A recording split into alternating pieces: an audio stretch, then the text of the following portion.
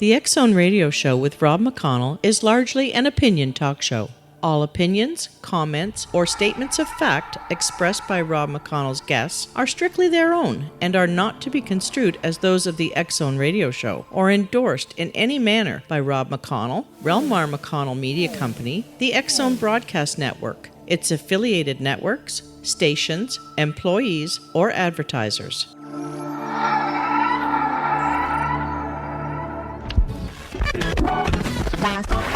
All Hit Radio.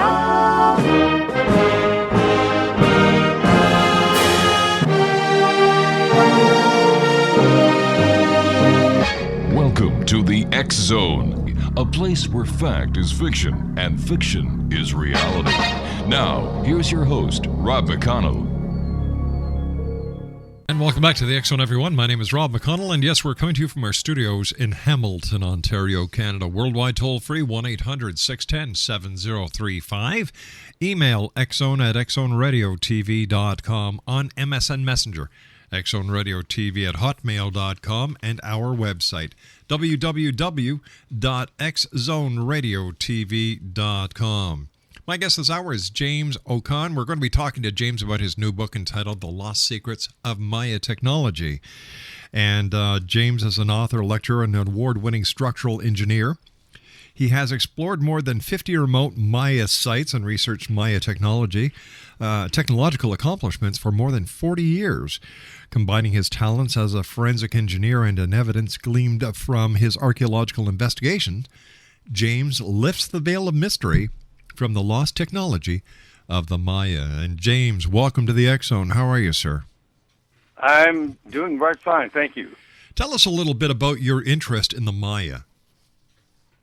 The interest in the Maya grew out of my interest in history as a teenager, and grew into hobby.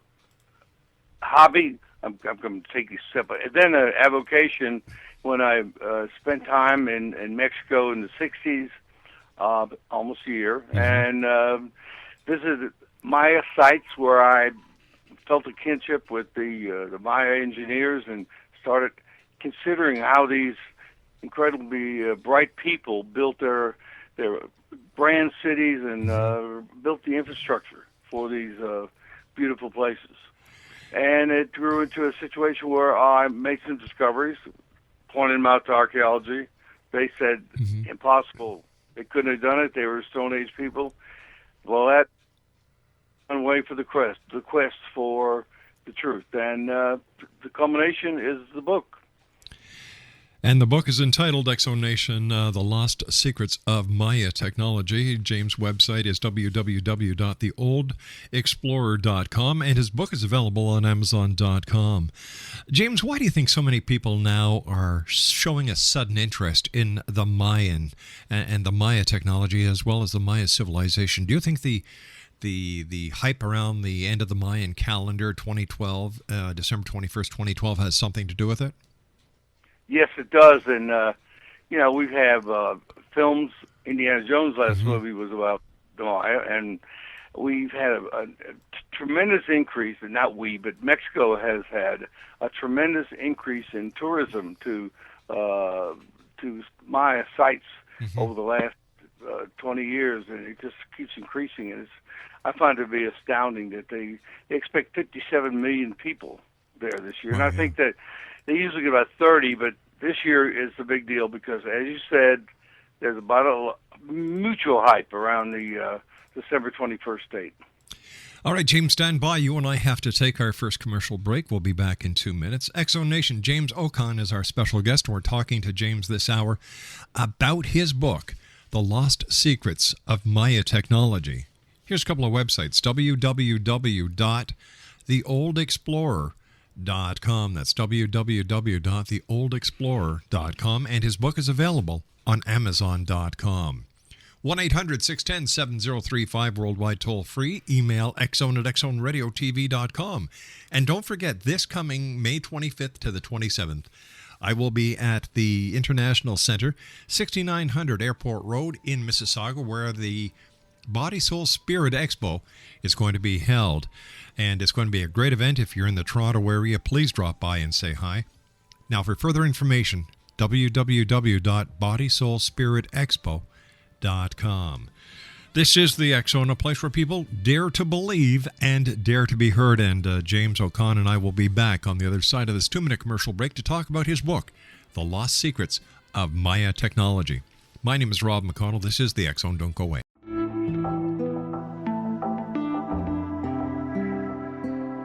Take a step back in time and discover old Florida cuisine at Marsh Landing Restaurant in Fellsmere. Enjoy delicacies such as frog legs, gator tail, catfish, and swamp cabbage, or enjoy the more traditional cuisine like hand-cut Angus steaks, ribs, and seafood. Join us for breakfast with a southern flair featuring sweet potato pancakes, biscuits, and gravy, and much more. Planning a party? Marsh Landing's private dining room can accommodate groups from 8 to 80 people. While you're visiting, enjoy the historic pictures, artifacts, and stories that line the walls. Marsh Landing is truly a unique experience. Marsh Landing Restaurant, 44 North Broadway in historic Fellsmere, or visit marshlandingrestaurant.com. Marsh Landing, old Florida cuisine at its best.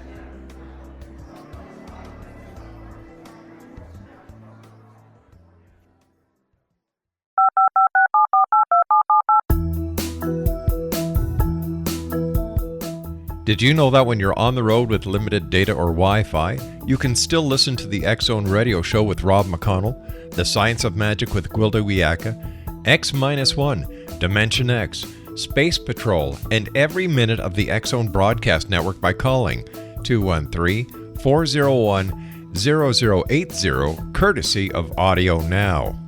No smartphone, app, or internet needed. It saves your data plan and it's free if you have unlimited minutes. Call 213-401-0080 to listen on any phone, anytime, anywhere. Remember 213-401-0080 for the best of the paranormal, parapsychology, and sci-fi radio programming anywhere, 24/7, 365.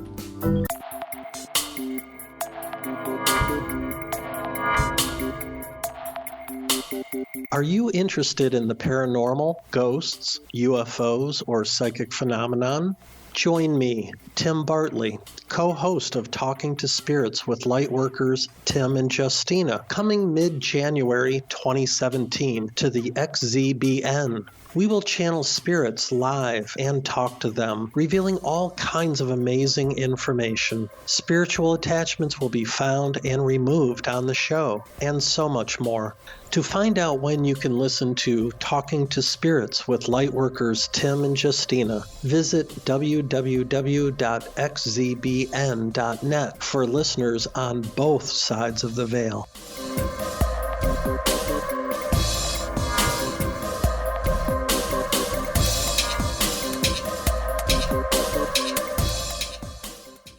And welcome back, everyone. James O'Connor is our special guest this hour. We're talking about James's book, The Lost Secrets of Maya Technology, and it's available on Amazon.com.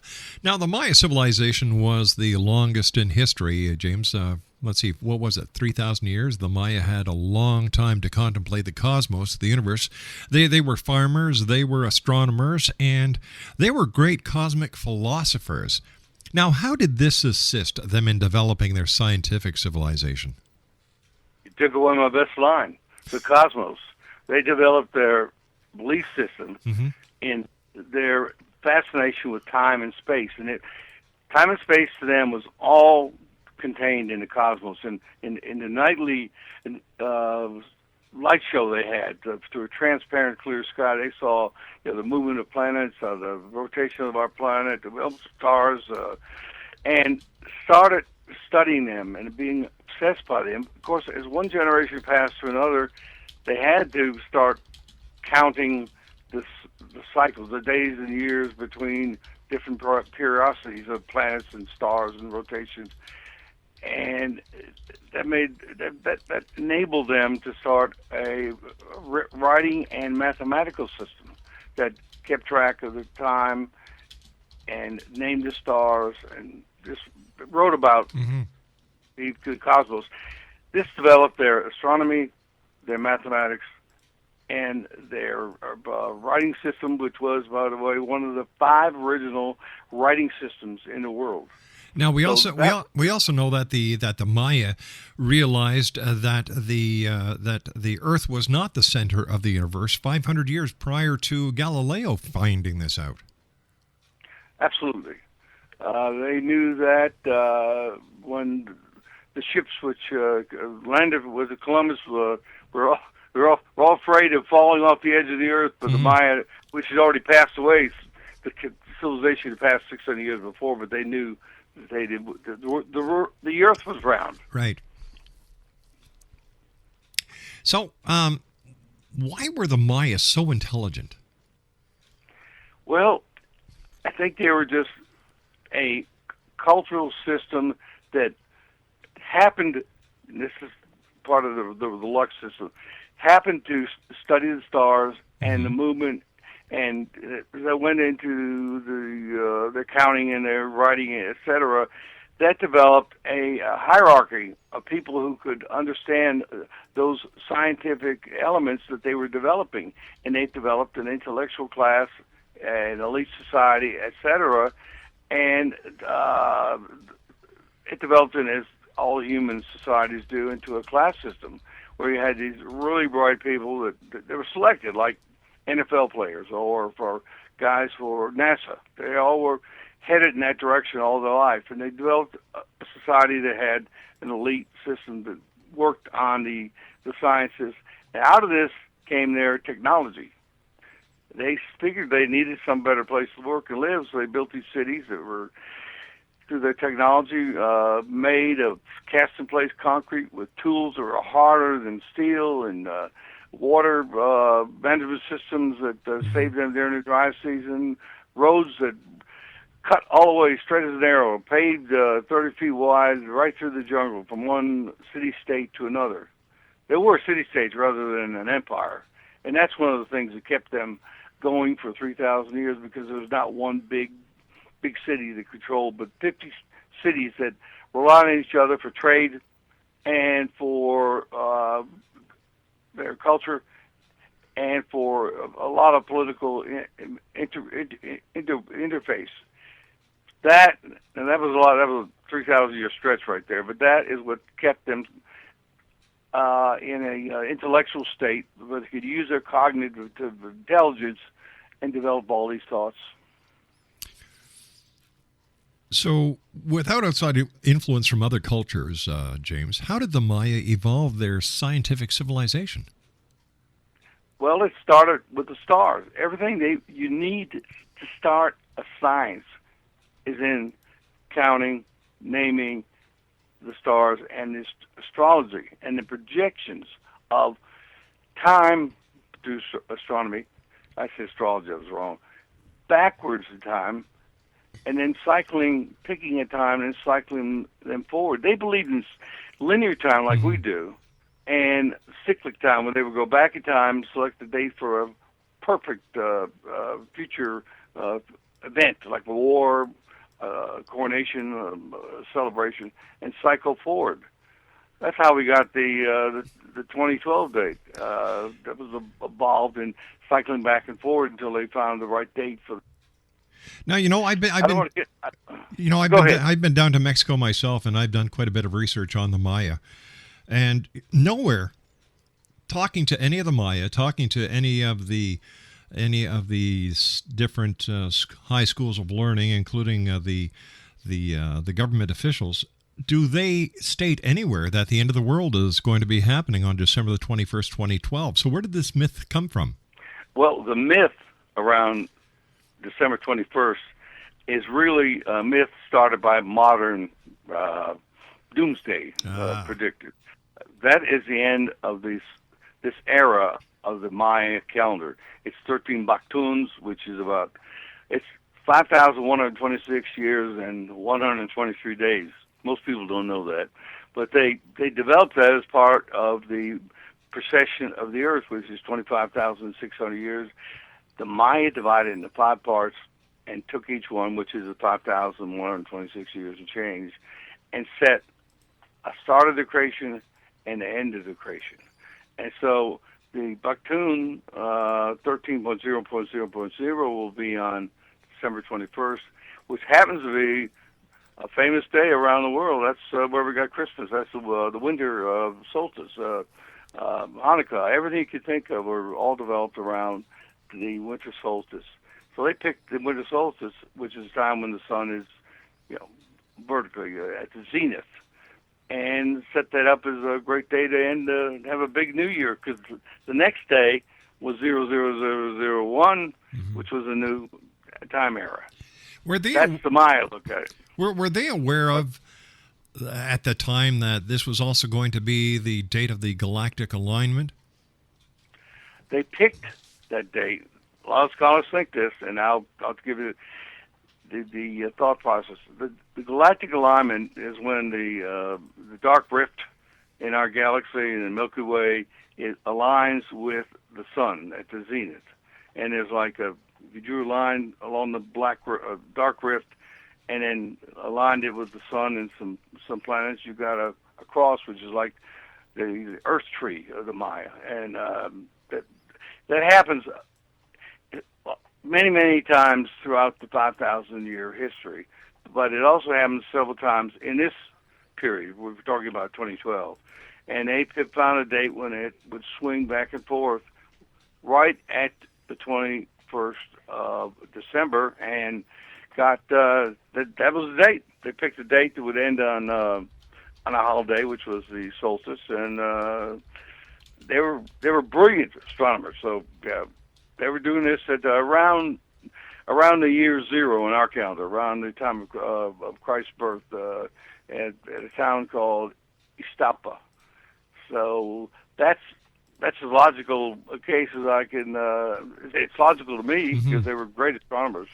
But they picked a date that would be on a holiday at the end of their era, the creation era.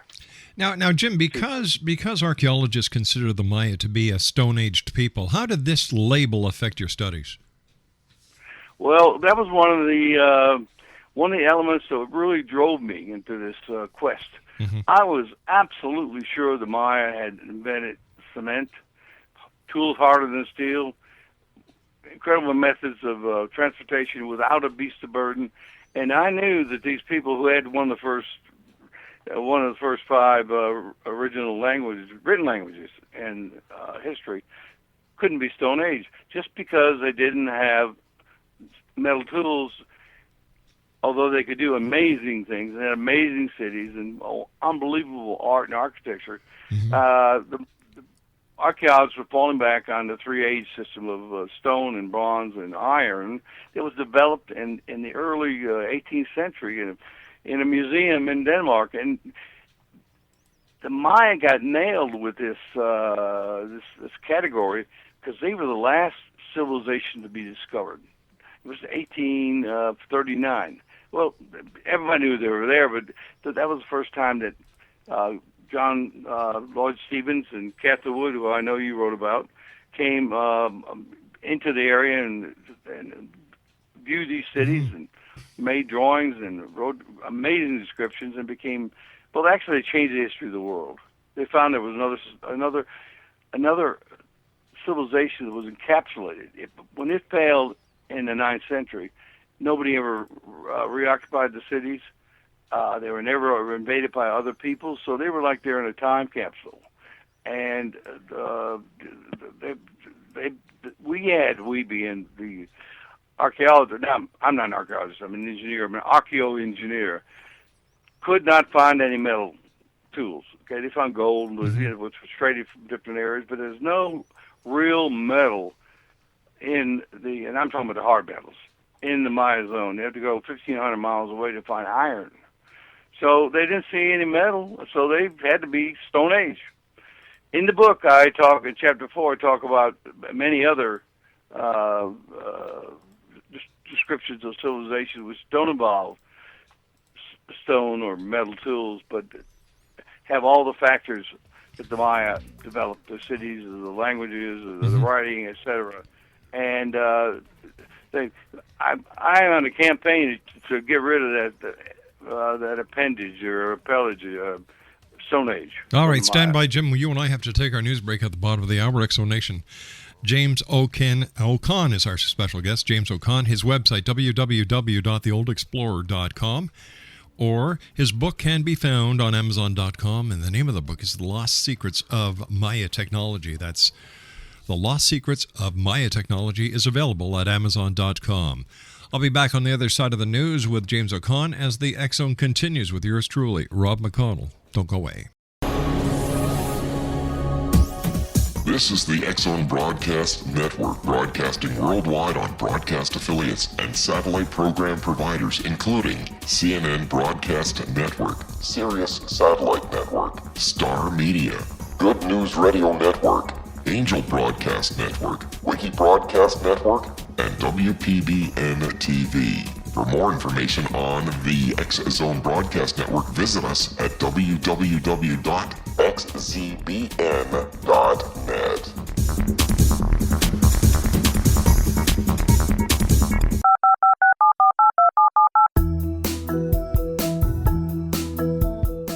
Did you know that when you're on the road with limited data or Wi-Fi, you can still listen to the X Zone Radio Show with Rob McConnell, The Science of Magic with Gwilda Wiyaka, X-1, Dimension X, Space Patrol, and every minute of the X Zone Broadcast Network by calling 213-401-0080, courtesy of Audio Now.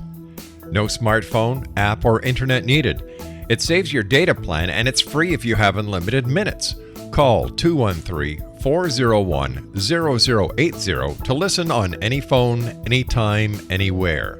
Remember 213-401-0080 for the best of the paranormal, parapsychology, and sci-fi radio programming anywhere, 24/7, 365.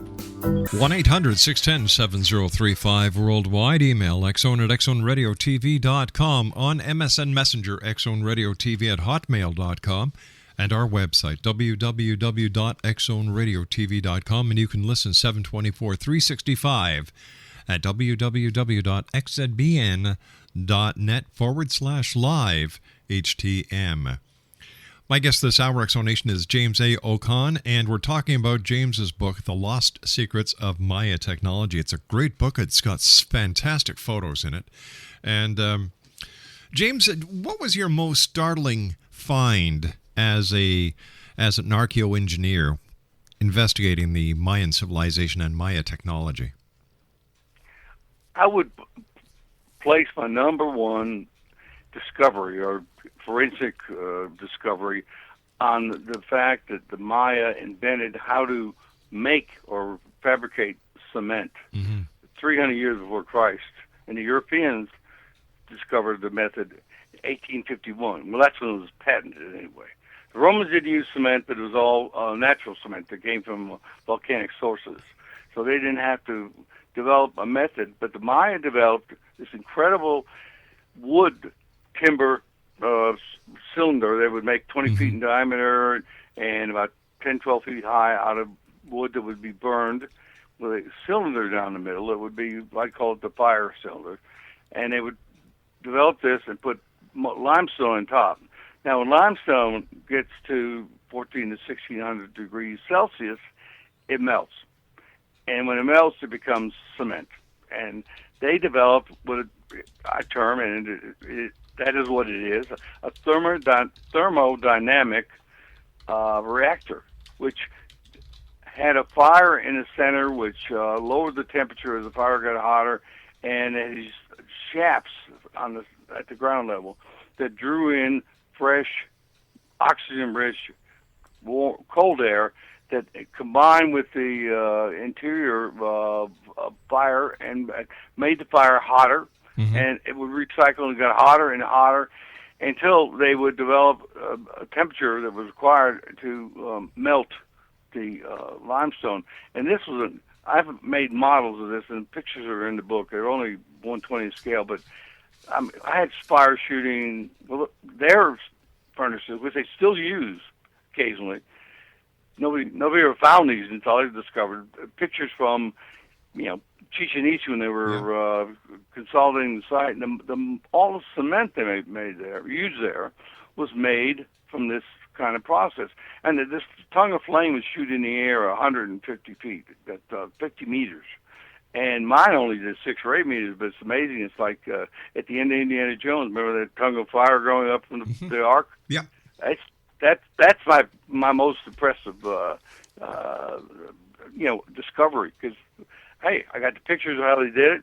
I got the pictures of after the fire. They burned the fire for like 36 hours. It would last that long. They'd use green wood or wood that was been soaked in water, and develop material that was cement. And in the book I have tests. It was done by the University of Mexico. I looked up on some really great guys down there, some professors, and they ran tests on them, and it was like 97% similar to modern Portland cement. Why do you think, James, that everybody looks at the Egyptians or the Incas as the great mysteries, and yet in my book, the Maya, I'm sorry, they have so much to offer, and they have offered and given so much to modern technology. It's true, but they didn't have the PR that the Gypsies had. Gypsies had the Greeks and the Romans and everybody who occupied their country to write and think and tell about their culture, their inventions, and everything else. And likewise, the Incas. When the conquistadors hit the shores of America, the Maya had already been, collapsed 600 years. So when the Pizarro came in and massacred all the Incas and stole all their gold, he had a bunch of guys with him that wrote the Chronicles of the King. They talked about everything, the building systems, the language, how they built bridges, how the Inca roads stretched 14,000 miles. It was unbelievable. They had PR. I mean, they had books. Thornton Wilder wrote The Bridge of St. Louis Ray, right? And I have that in the book, too. I said, better PR than anybody in the Maya world ever had. When the Spanish hit, they never even saw the lost cities in the jungle. They didn't care about them. They were covered up with, jungle plants and trees and vines. And the Maya were just, they'd been, over the 600-year period, had fallen from the great scientific society into a more farming community. They did have literate people that could read the books and copy the books that were burned by the Spanish, but they didn't have the great sciences and the great cities. But that's history. They didn't have anybody write their history because the Spanish burned the books. Yeah, the Spanish weren't very nice to the Maya. There are stories that are in the Mayan history of the Spanish as well as the Columbus explorers abusing them to a point where the Mayas were taking their own lives and their lives of their children so that they wouldn't have to go through the torture that they were being subjected to. The Inquisition was tough on the Mayas. Yeah. And I'll just use that because everybody has heard of it, but it lasted for 600 years, and the goal of the priests, backed up by the army, was to convert the Maya and destroy their culture, their ancient culture. Yeah, it's like if it's not my way, it's no one's way. That's right. Either become Catholic or you're dead. You just went into the they had a test. If you really believed in, and they threw you in a pond, and if you floated, you believed. If you sank and drowned, then you were not a non-believer. One hell of a way to prove that you're a believer or non-believer, right? That's the PR. Yeah. They didn't have anybody writing about him until John Lloyd Stevens came along and wrote a book about his adventures, and that was a worldwide bestseller. Unbelievable. Tell me, what was the hardest part about writing your book? The hardest part you know what the hardest part was? And that's a good question. I knew it had to be about technology of the Maya, and I knew I wanted to get into the elements. My gods that I wrote about were thermodynamics, physics, chemistry, structural mechanics, and hydraulics. We all know these gods. We live with them every day. You your automobile engine is based on this. So I went in with that in mind, but I didn't want to write a strictly archaeological book that would be only for the ivory towers and the higher and dried systems. I wanted to write a book that was readable. So I interjected in the book, and I didn't know at the time, I injected anecdotes about being captured by Guatemalan guerrillas or slipping through Zapatista lines or, lots of stuff like that. And actually, some of the critics have said I didn't put enough in. That's the best part of the book. So I blended technology, Maya history, and I'm the first person I think that I read that in Chapter 3, I actually tried to figure out how the Maya became so smart. Like, first question you asked, 3,000 years, they had lots of time, and they had the cosmos as their model, and they came forward, and they had a tremendous, scientific civilization. So I had to combine these three things, something to keep people interested, the real truth, and I had to have pictures, photographs, and illustrations, which I did myself. Never do that. Never write a book where you're writing and drawing illustrations, and the text that had to be very readable because I wanted this to be a book for the people, not just somebody who's really, really deep into hieroglyphics or into some other. I don't even hardly touch on it. Those things in the book. I just describe what they did. That was the hardest part of blending those things into 12 chapters. Where at the beginning I talk about where they came from. At the very end, they're dying, laying on their superhighways, the sock bays, with no water and no food because the worst drought in 7,500 years has struck, and there was no way out. And technology, which had built the Maya civilization and enabled a civilization, population of 18 million, collapsed and failed them because the water supplies ran out. Agriculture did not work without water, et cetera, et cetera. And you read in the book how many technological features failed them, and they were left. So they all died off. And one of my reviewers, who was a well-known archaeologist, at the end said, "Bummer." He just wrote down, "Can't we have a happier ending than that?" So I wrote the epilogue. But anyway, that was I got input from 4 famous archaeologists on the reviews. They were I got good reviews, and I wanted to blend in technology and the truth about the Maya. Tell me, what was the reaction of some archaeologists to your technical options or your technical opinions? The thing that really got me was they would write, and I'll take the 4 guys that actually had a chance to write on the manuscript. I didn't know that. Comes like that. That's interesting. I learned more about draft animals than I've ever learned before because I was talking about the Maya and the advantage of not having draft animals. And they were really great comments. And they never commented once about the history, or I didn't get anywhere into the belief system. I didn't talk about ritual or kings or matriarchy or anything like that. I kept it all to, engineering type stuff. That how they built it and how they maintained it, and what was left when it was quote discovered. So that was the hard part, and it worked. It really worked. Oh, I blended in those stories about adventures, which I didn't want. Adventure, as I say in the book, adventure is something starts with doing something stupid. So that's how I did it. And that was the hardest part, is blending in the 3 elements.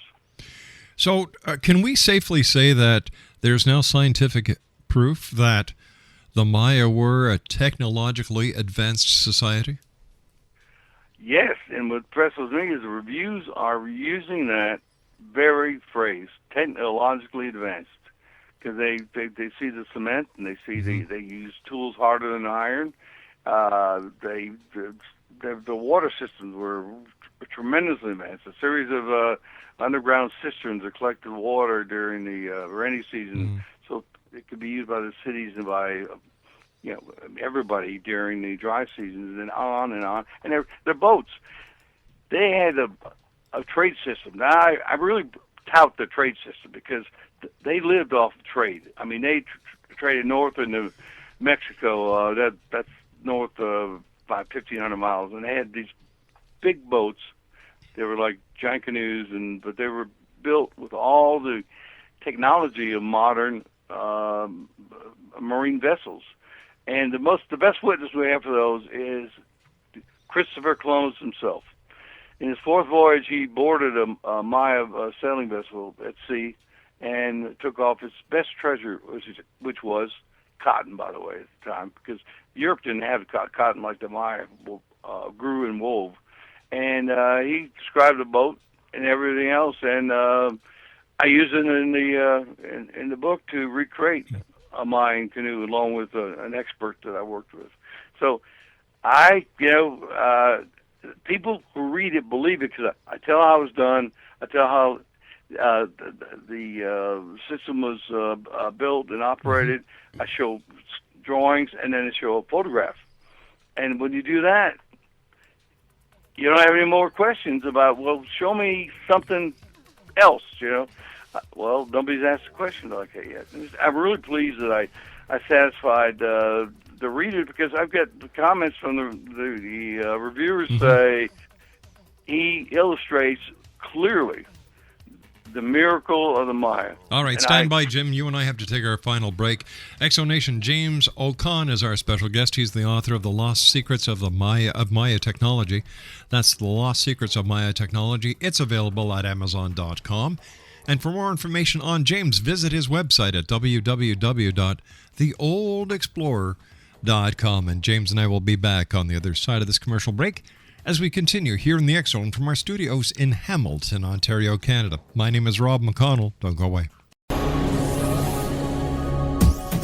This is the X Zone Broadcast Network, broadcasting worldwide on broadcast affiliates and satellite program providers, including CNN Broadcast Network, Sirius Satellite Network, Star Media, Good News Radio Network, Angel Broadcast Network, Wiki Broadcast Network, and WPBN TV. For more information on the X Zone Broadcast Network, visit us at www.xzbn.net.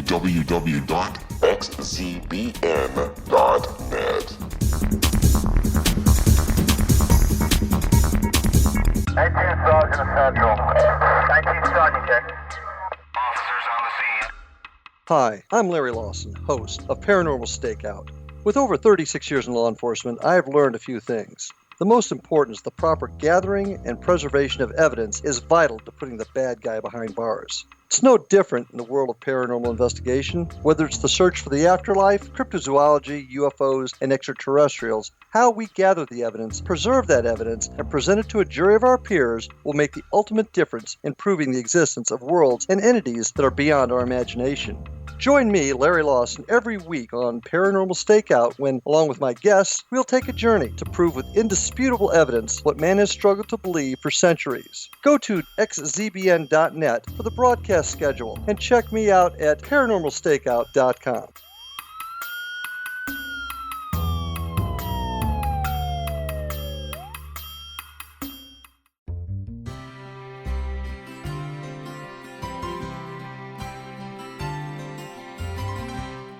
True healing must address 4 levels: physical, emotional, mental, and spiritual, for us to live joyful and productive lives. We tend to treat 3 of the 4, leaving the spiritual languishing. If you're tired of the same dysfunctional patterns cropping up in your life, Soul Balancing is for you. Trixie Phelps, owner and founder of Soul Balancing, is a naturally gifted energy healer trained in numerous esoteric forms, including shamanism. Trixie has created a powerful modality that safely and effectively clears your energetic field. A soul balancing session can remove interference, heal trauma, and restore your hope. Contact Trixie for a life-changing long-distance session today. www.soulbalancing.world.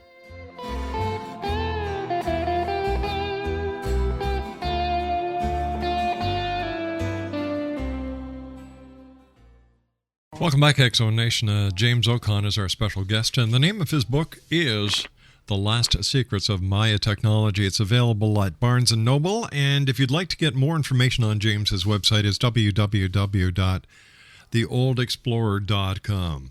So tell me, James, what's the next step into the investigation into the secrets of the Maya? I think that's a good question. Since I finished the book a year ago, and it's taken a year to go through the publishing process and everything else.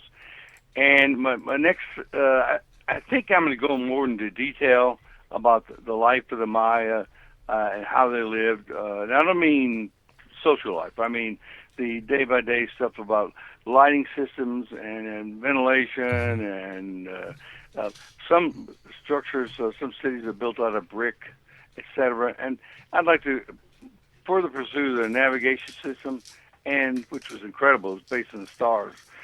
And their lighthouse system, which traversed the coast, and of course they went all the way down to Antigua, which is like a 3,000-kilometer route.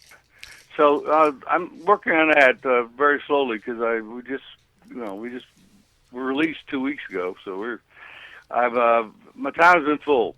So and I'm enjoying it, by the way. So that was not a complaint. Tell me, Jim. Let me ask you this question as somebody who's gone deep into the Maya, their secrets, their culture, their technology. What do you think, or how do you feel the doomsday prophesiers are going to feel on December the 22nd, 2012?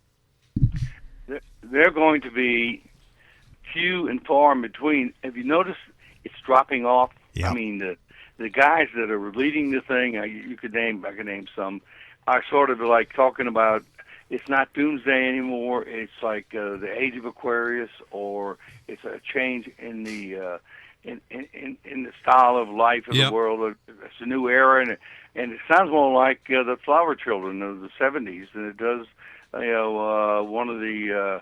Well, I've read some of your documentation about the failed end of the world prophecies. Yes. Okay, which we've all gone through a bunch of them. I think they're going to be disappointed. They're going to wind up like the rest of us. Only 4 shopping days till Christmas. James, I want to thank you ever so much for joining us. Congratulations on a great book. I thoroughly enjoyed reading it. Much success to you in the future. And please come back and visit us again here in the X Zone. I'm always glad to visit Canada. All right, buddy. You take care of yourself. And once again, congratulations on a great book. X Zone Nation, James O'Con has been my guest to this hour. And he's the author of The Lost Secrets of Maya Technology. Now, it's available at Barnes & Noble, Amazon.com, and for more information on James himself, www.theoldexplorer.com. Don't forget, May 25th to 27th, I'll be at the Body, Soul, Spirit Expo, 6900 Airport Road. That's the International Center, right across from Pearson International Airport. For more information, wow, they've got a great venue this year. Hats off to you, Chandler. Visit www.bodysoulspiritexpo.com. That's www.bodysoulspiritexpo.com. I'll be back on the other side of this commercial break with the news as the X Zone continues from our studios in beautiful Hamilton, Ontario, Canada. Send an email to me anytime. Love hearing from you. xzone@xzoneradiotv.com. My name is Rob McConnell. We'll be back after the news. Don't go away.